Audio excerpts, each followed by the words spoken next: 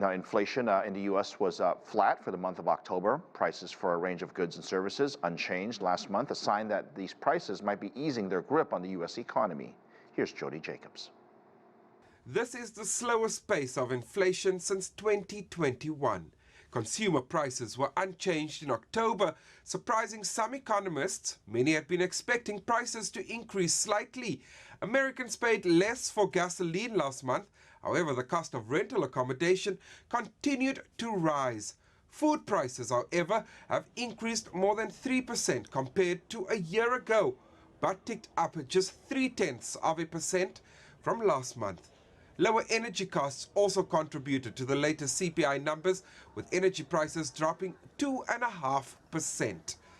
The monthly core CPI prices, which excludes food and gas, rose slightly, just 0.2%, again below analysts' estimates. This is something the Federal Reserve pays particular attention to when it gauges inflation pressures. Some economists say this is a positive report for the Fed, with many betting it won't raise interest rates in December. According to this month's report, recreation, personal care and apparel costs more in October, but the consumer got some relief from cheaper airline fares and household furnishings. Costs for healthcare also rose slightly. Meanwhile, U.S. President Joe Biden has welcomed these latest numbers, saying his administration will continue working on lowering costs for hard-working families so they have more breathing room. U.S. stocks surged following the release of the monthly CPI report as Wall Street cheered the new inflation data. Jody Jacobs, CGTN, New York. And cheer they did. I'll let John Terrett tell you from New York. On Wall Street on the Tuesday session, stocks simply soared away. The champagne corks were popping, the party poppers were going. Wall Street could not believe how tame, how cool the CPI number was when it came out early in the morning before trading got underway. CPI is the Consumer Price Index. It tells us the amount of inflation Americans are paying month over month and year over year in the stores, and it was better than any Wall Street economist anticipated. Technically, it was flat in October, but there were plenty of signs that the economy and inflation are cooling, and that's what everybody's been waiting to see. And that resulted in this. First of all, the yields were down because the stocks were up, with the 10-year at 4.4% and the 2-year at 4.8%. But look at this, the Dow up 1.4%, 489 points, 34,800, the highest in 2 months. NASDAQ up 2.3%, 326 points, with Tesla and Airbnb leading the way. Tech now up 50% in the year so far. This was the best day for the NASDAQ since April.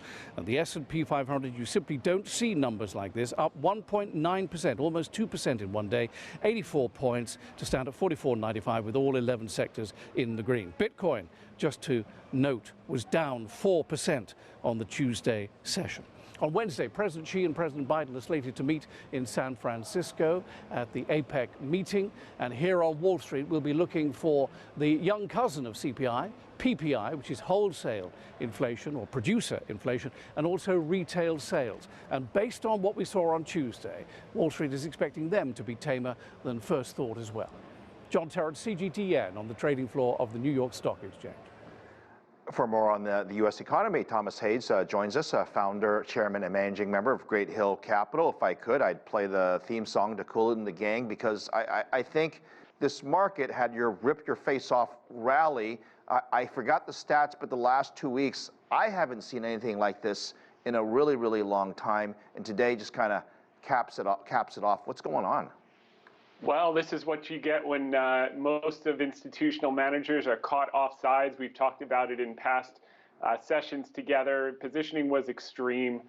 Managers were overweight cash. They had the most cash and T-bills than they've had since the pandemic lows when we didn't know we were going to get a vaccine in March of 2020, and the great financial crisis lows in March of 2009. You just can't make this up. And not only were they overweight cash, but they were the most short 10-year treasuries than they've been since the lows in October of 2018, right before you got a monster rip-your-face-off rally in bonds. So, you know, not only did we see equities rally today, but we saw the odds of a Fed hike in December and beyond plummet to 0%, and now the market is pricing in potential cuts 34% in March, 69% chance in May, and 90% chance in June. So a complete game changer today, to say the least. All right. So many people were wrong. You were right.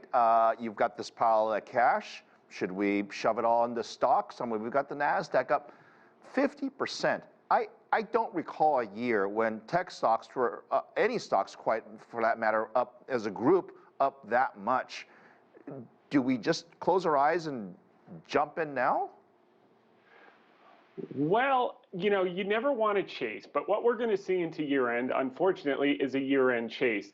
I think the opportunity is not going to be in the 7 stocks, the Magnificent 7 that led this year. They'll probably push higher into year end, no question, because managers got to make their years.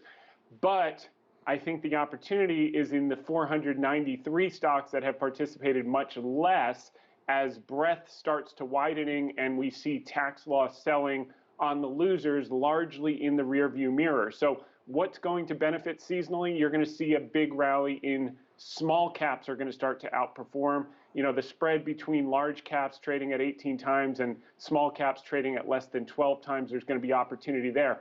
And why is that going to happen? Because they're loaded with financials. People have been afraid of financials because all the financials bought all these treasury bonds, as we remember from March. They bought them during COVID when they got an influx of deposits because of all the stimulus money. They had to buy bonds.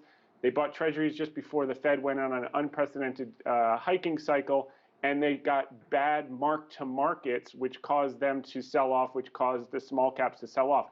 As rates collapse, as we saw down to 4.45 today on the 10-year yield, the mark-to-markets in these banks gets better and better. As bonds go up, their balance sheets look better, and we're going to see a bid in those regional banks, believe it or not, which is going to drive small caps. So there's an opportunity there. Thomas, I got to take the flip side of this, or at least talk about it.